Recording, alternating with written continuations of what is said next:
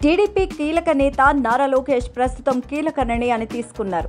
MLA కోట, MLC ఎన్నికలు దగ్గర పడుతున్న నేపథ్యంలో అనేక మంది రాజకీయ నాయకులు, ముఖ్యంగా పార్టీ సీనియర్ నేతలు ఆయన్ను కలవాలని ప్రయత్నిస్తున్నారు. అయితే లోకేష్ ఈ సమయంలో ఎవరిని కలవకూడదనే ఉద్దేశంతోనే ముందుగానే అపాయింట్మెంట్స్ ఇచ్చే ప్రసక్తే లేదని నిర్ణయించుకున్నట్టు తెలుస్తోంది. ఎన్నికల షెడ్యూల్ విడుదలైన తర్వాత ఎమ్మెల్సీ పదవులకు ఆశావాహులు తమ ప్రయత్నాలు ముమ్మరం చేశారు. కొంతమంది నేరుగా ముఖ్యమంత్రి చంద్రబాబును కలిసి తమ అభ్యర్థిత్వం గురించి చర్చిస్తున్నారు. టీడీ జనార్దన్, నెట్టిం రఘురాం వంటి సీనియర్ నేతలు కూడా ఈ జాబితాలో ఉన్నారు. మరోవైపు గత ఎన్నికల్లో టికెట్లు కోల్పోయిన వారు సైతం ఈ సమయాన్ని సద్వినియోగం చేసుకోవాలని భావిస్తున్నారు. చంద్రబాబును ప్రత్యక్షంగా కలవలేకపోయినా తమ హవా ఇంకా కొనసాగుతున్నట్టు చూపించేందుకు నియోజకవర్గాల్లో కార్యక్రమాలు నిర్వహిస్తున్నారు. ఇటీవలే రా కదలిరా కార్యక్రమం ప్రారంభించి సంవత్సరం పూర్తయిన సందర్భంగా గుంటూరులో జంగా కృష్ణమూర్తి బాగా ప్రచారం చేస్తున్నారు. ఇదే తరహాలో మైలవరం ప్రాంతంలో మాజీ ఎమ్మెల్యే దేవినేని ఉమా అనుచరులు కూడా సామాజిక మాధ్యమాల్లో తమ సమర్థతను తెలియజేస్తున్నారు. ఇలాంటి కార్యాచరణల ద్వారా వారు పార్టీ లోపల తమ ప్రభావాన్ని చాటుకోవాలనే ఉద్దేశంతో ఉన్నట్టు స్పష్టంగా అయితే కనిపిస్తోంది. ఈ నేపథ్యంలో చంద్రబాబు అపాయింట్మెంట్ తీసుకోవడం కష్టంగా మారుతూ ఉండడంతో కొందరు నేరుగా నారా లోకేష్ ను కలవాలని ప్రయత్నిస్తున్నారు. అయితే గత అనుభవాల కారణంగా లోకేష్ ఈసారి ఎవరిని కలవకూడదనే నిర్ణయానికి వచ్చారు. ఎమ్మెల్సీ ఎన్నికల ప్రక్రియ పూర్తయ్యే వరకు ఎలాంటి రాజకీయ సంబంధిత అపాయింట్మెంట్స్ ను ఖరారు చేయకూడదంటూ స్పష్టంగా చెప్పినట్టు తెలుస్తోంది. ఈ నిర్ణయం వల్ల పార్టీలోని అనేక మంది నేతలు నిరాశకు గురవుతున్నా లోకేష్ దృష్టిలో ప్రస్తుతం ఎన్నికల గందరగోళం చిక్కుకోవడంతో అనవసరమనే భావన ఉన్నట్టు తెలుస్తోంది.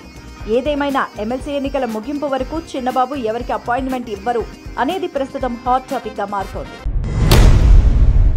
జనసేన పార్టీ ఈ నెల 14న ఆవిర్భావ సభను ఘనంగా నిర్వహించేందుకు అన్ని ఏర్పాట్లు పూర్తి చేస్తోంది. ఈసారి సభ ప్రత్యేకతను సంతరించుకుంది. ఎందుకంటే జనసేన అధికారంలోకి వచ్చిన తర్వాత జరుగుతున్న తొలి ఆవిర్భావ సభ ఇది. ఈ కారణంగా పార్టీ ఈ కార్యక్రమాన్ని అత్యంత ప్రతిష్టాత్మకంగా తీసుకుని సజావుగా జరిగేలా అనేక కమిటీలు ఏర్పాటు చేసింది. పవన్ కళ్యాణ్ ప్రాతినిధ్యం వహిస్తున్న పిఠాపురం నియోజకవర్గంలోని చిత్రాడ గ్రామం ఈ సభకు వేదిక కానుండగా జన సైనికులు పెద్ద ఎత్తున పాల్గొనడానికి సన్నాహాలు చేస్తున్నారు. గతంలో రాజకీయ సమీకరణాలు ఒక విధంగా ఉండగా ఇప్పుడు పరిస్థితులు పూర్తిగా మారిపోయాయి. గత 10 ఏళ్లుగా జనసేన బలంగా ఎదగడానికి అనేక ప్రయత్నాలు చేసింది. ఇప్పుడు అధికారం దక్కించుకున్న తర్వాత మరింత ముందుకు వెళ్లేందుకు పవన్ కళ్యాణ్ కార్యాచరణ రూపొందించబోతున్నారని రాజకీయ వర్గాలు భావిస్తున్నాయి. గత కొన్ని రోజులుగా పవన్ కళ్యాణ్ 15 సంవత్సరాల పాలనే లక్ష్యంగా పనిచేయబోతున్నట్టు సంకేతాలు ఇస్తున్నారు. అందువల్ల ఈ సభలో ఆయన భవిష్యత్ కార్యాచరణ గురించి ప్రస్తావించే అవకాశం ఉంది. ఇక పార్టీ ఏర్పడి 10 ఏళ్లైనా ఇప్పటికీ క్షేత్రస్థాయిలో నాయకుల కొరత కనిపిస్తోంది. ఇప్పటి వరకు పార్టీకి మద్దతుగా ఉన్న మెగా అభిమానులు, పవన్ కళ్యాణ్ అభిమానులే స్వచ్ఛందంగా ముందుకొచ్చి పార్టీ జెండాను ఎగరవేశారు. కానీ పార్టీ సజావుగా నడవాలంటే బూత్ స్థాయిలో, గ్రామ, మండల స్థాయిలో నాయకత్వ వ్యవస్థ అవసరమవుతుంది. ఇప్పటి వరకు కొన్ని ప్రాంతాల్లోనే ఇది ఏర్పడినట్టు కనిపిస్తోంది. ఇక ఇదే సమయంలో పొత్తుల విషయానికొస్తే ఇప్పటి వరకు కేవలం అత్యవసర పొత్తులే కుదిరాయి. పార్టీ స్థాయిలో దీర్ఘకాలికంగా పనిచేసే విధంగా పొత్తులు ఏర్పరచుకోవాల్సిన అవసరమూ ఉంది. గతంలో పవన్ కళ్యాణ్ ప్రతి క్లస్టర్ కి ఒక కీలక నాయకుడిని నియమిస్తామని ప్రకటించారు. కానీ ఇప్పటికీ ఇది పూర్తి స్థాయిలో అమలు కాలేదు.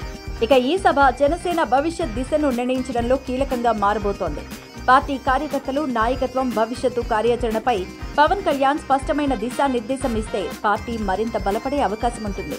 ఇప్పటికే జనసేన అధికారంలో ఉన్న నేపథ్యంలో దీన్ని సుస్థిరంగా కొనసాగించడానికి పవన్ కళ్యాణ్ ఏ మార్గాన్ని సూచిస్తారు అనేది ఆసక్తికరంగా మారింది.